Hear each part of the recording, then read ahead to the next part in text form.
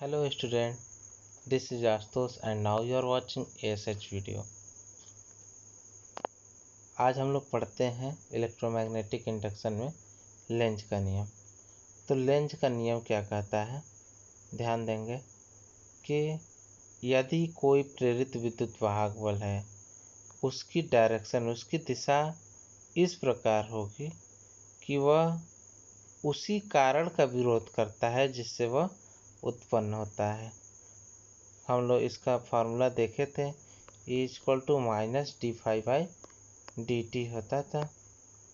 वहाँ पे E जो माइनस साइन था वो वही दिखाता था कि उसमें दिशा उसका विपरीत है। यानी लेंज का नियम क्या कहता है कि कोई भी यदि विद्युत वाहक बल उत्पन्न हो रहा है तो उसकी दिशा एकदम उसके अपोजिट होगी, जिसके कारण वह उत्पन्न होता है।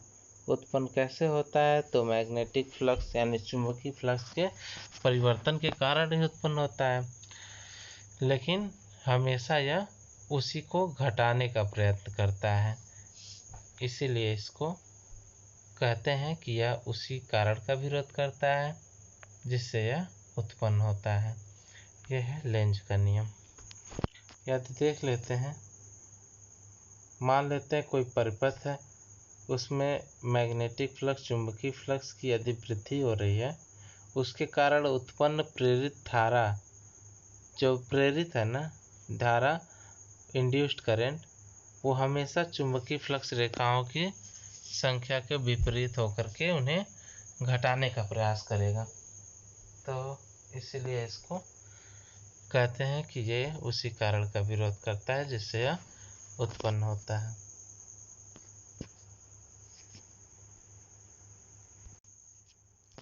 और क्या होता है, जब मूल चुंबकीय फ्लक्स है ना, उसमें परिवर्तन के समय प्रेरित विद्युत वाहक बल द्वारा चुंबकीय ऊर्जा को संरक्षित रखने का प्रयत्न किया जाता है। यानी कि ये ऊर्जा के संरक्षण नियम का भी अन्य रूप है। और फैराडे के जो सेकेंड लॉ है, उसमें जो ऋणात्मक चिन्ह भी दिखाया जाता है, वो लेंज के नियम के ही अनुरूप होता है। मोशनल ईएमएफ या इंड्यूस्ड इलेक्ट्रिक फील्ड, ये क्या है? गतिक विद्युत वाहक बल एवं प्रेरित विद्युत धारा।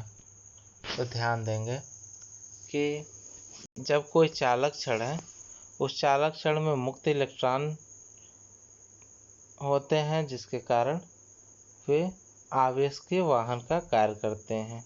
और जब उनमें परमाणुओं में इलेक्ट्रॉनों की कमी हो जाती है तो धनायन के रूप में उपस्थित हो जाते हैं, इलेक्ट्रॉन बाहर चला जाता है, तो जो गति नहीं करते, ठीक है, केवल वे मुक्त इलेक्ट्रॉन चालक में स्वतंत्र पूर्वक विचरण करते रहते हैं।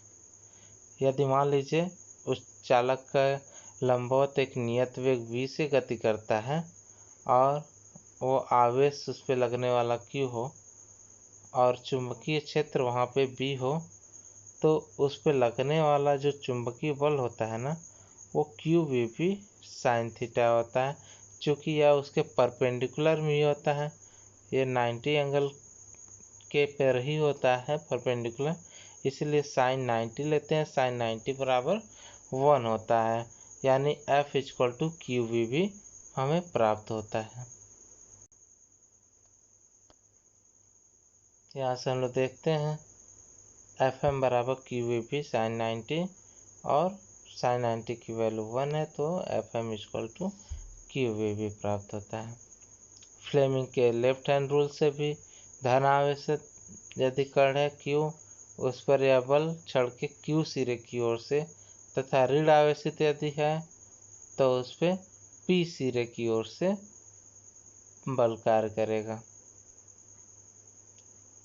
और जो चुंबकीय क्षेत्र में यदि कोई क्षण है, उसके गति के कारण उनके सिरों पर जो विद्युत विभवांतर उत्पन्न हो जाता है, उसे भी प्रेरित विद्युत विभवांतर या प्रेरित विभवांतर बोलते हैं। E = e/r I होता है। यदि मान लीजिए विभवांतर को वो क्षण के भीतर एक विद्युत क्षेत्र में उत्पन्न हो जाता है तो उस विद्युत क्षेत्र को प्रेरित विद्युत क्षेत्र बोलते हैं। ठीक है, वो जो विभवांतर के कारण उत्पन्न होता है। और हम लोग जानते हैं इलेक्ट्रिक फील्ड F बराबर QE होता है। FM बराबर QE भी हम लोग प्राप्त किए हैं। तो FE बराबर FM दोनों फोर्स या दोनों बल ही है, ये मैग्नेटिक फोर्स है, ये इलेक्ट्रिक फोर्स है। तो दोनों को बराबर करते हैं तो Q बराबर QE भी हो जाएगा। Q से Q कट जाएगा तो कैपिटल E बराबर V भी प्राप्त होगा। या छड़ों के बीच जो प्रेरित विभवांतर होगा E बराबर VBL होगा। B का मान वेबर पर मीटर स्क्वायर में रखते हैं, स्मॉल b का मान मीटर पर सेकंड से, L का मान जो है वो मीटर में रखते हैं, तो प्रेरित विभवांतर का मान वोल्ट में व्यक्त होगा। अब मोशनल ईएमएफ क्या है? तो चुंबकीय क्षेत्र में चालक छड़ की गति के कारण उसके सिरों के बीच उत्पन्न प्रेरित विभवांतर या प्रेरित विद्युत वाहक बल को ही गतिक विद्युत वाहक बल बोलते हैं।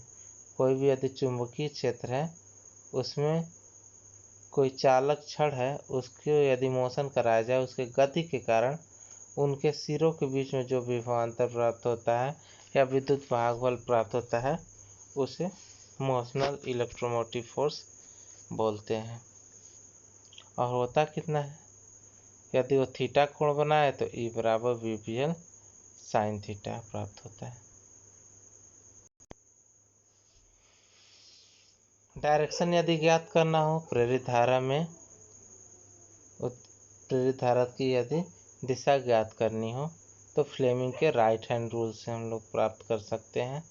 यदि हम अपने दाहिने हाथ की उंगलियों को एक दूसरे के परपेंडिकुलर रखें 90 एंगल पे, तो अंगूठा वो चालक की गति की दिशा को दिखाता है, और ये तर्जनी उंगली वो चुंबकीय क्षेत्र को दिखाता है, और ये मध्यमा उंगली इंड्यूस्ड करंट को दिखाता है। ये हम लोग फ्लेमिंग के दाएं हाथ के नियम से ज्ञात कर सकते हैं। तो फ्लेमिंग ने क्या कहा था? यदि दाएं हाथ के अंगूठे तर्जनी उंगली व मध्यमा उंगली को परस्पर लंबवत इस प्रकार फैलाएं कि अंगूठा उस गतिमान चालक की गति की दिशा को तथा तर्जनी उंगली चुंबकीय क्षेत्र की दिशा को प्रदर्शित करे, तो मध्यमा उंगली उस चालक में प्रेरित धारा को प्रदर्शित करेगी। यह था फ्लेमिंग के राइट हैंड रूल से प्रेरित धारा की दिशा को ज्ञात करना। ये क्वेश्चन न्यूमेरिकल के रूप में आ सकता है, छोटे क्वेश्चन है। कह रहा है कि किसी कुंडली से संबद्ध चुंबकीय फ्लक्स फाई 0.1 सेकेंड में, ठीक है, ये समय बता रहा है, 0.1 सेकेंड में 5 वेबर से घट करके 2 वेबर रह जाती है। तो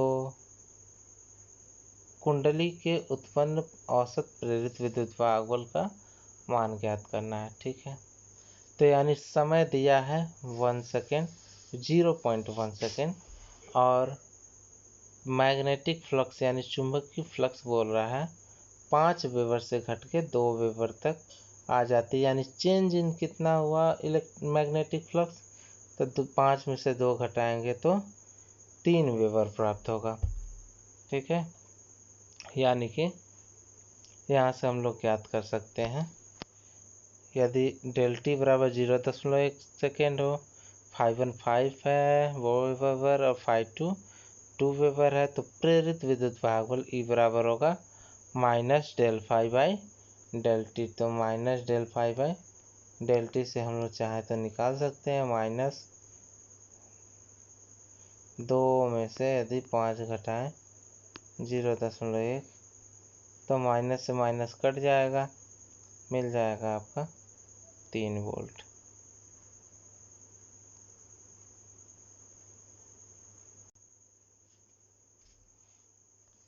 एक और क्वेश्चन है, कह रहा है 500 फेरों वाली एक कुंडली से, यानी n बराबर 500 दे दिया, 500 फेरों वाली कुंडली से संबद्ध चुंबकीय फ्लक्स का मान 1 सेकेंड में, समय भी दे दिया t बराबर 1 सेकेंड, 1 सेकेंड में 0.5 वेबर से 0.05 वेबर हो जाती है, यानी अपने 10 गुना कम हो जाती है। तो इस कुंडली के 250 ओम प्रभावी प्रतिरोध वाले एक विद्युत बल्ब से जोड़ा गया है, 250 ओम है। तो ज्ञात करिए प्रेरित विद्युत वाहक बल और प्रवाहित औसत धारा। तो ये सारे चीज़ तो दिए गए हैं, इसका फार्मूला में रख देंगे। E बराबर -del∅/del यहाँ से निकल जाएगा, n बराबर 500, del∅ 0.05 से 0.5 तक 225 वोल्ट आ जाएगा। यदि बल्ब में धारा ज्ञात करना है तो V बराबर IR था, तो I बराबर V/R प्राप्त होगा। V यहाँ पे इंड्यूस्ड है, E है तो E/R हो जाएगा। तो यहाँ से 225/250 0.9 एम्पियर प्राप्त हो जाएगा। और यदि ये क्वेश्चन दिया है, एक कार उत्तर दिशा की ओर 30 मीटर पर सेकंड के गति से जा रही है, यानी वेलोसिटी दी है 30 मीटर पर सेकंड वेग से जा रही है। वहाँ पृथ्वी के चुंबकीय क्षेत्र का ऊर्ध्व घटक हॉरिजॉन्टल कंपोनेंट, यानी कि चुंबकीय क्षेत्र दिया है B बराबर 8 × 10⁻⁻5 वेबर पर मीटर स्क्वायर। यदि कार के पहियों की धुरी दिया है उसका 1.8 मीटर, यानी उसका लेंथ, तो धुरी में प्रेरित विद्युत वाहक बल की गणना करना है। सेम फार्मूला लगाएंगे, फार्मूला E = VBL से V बराबर दिया है या B बराबर दिया है, L बराबर दिया है, तो यहाँ से हम लोग निकाल लेंगे 330 × 8 × 10⁻⁻5 × 1.8, टोटल हमको मिल जाएगा 4.32 × 10⁻³ वोल्ट या 4.32 मिली वोल्ट। यहाँ से हम लोग को प्राप्त हो जाएगा। इस प्रकार छोटे छोटे क्वेश्चन यदि हम लोग चाहें तो लगा सकते हैं। क्वेश्चन भी दिया है, ध्यान दीजिए, सारे पढ़े हैं हम लोग।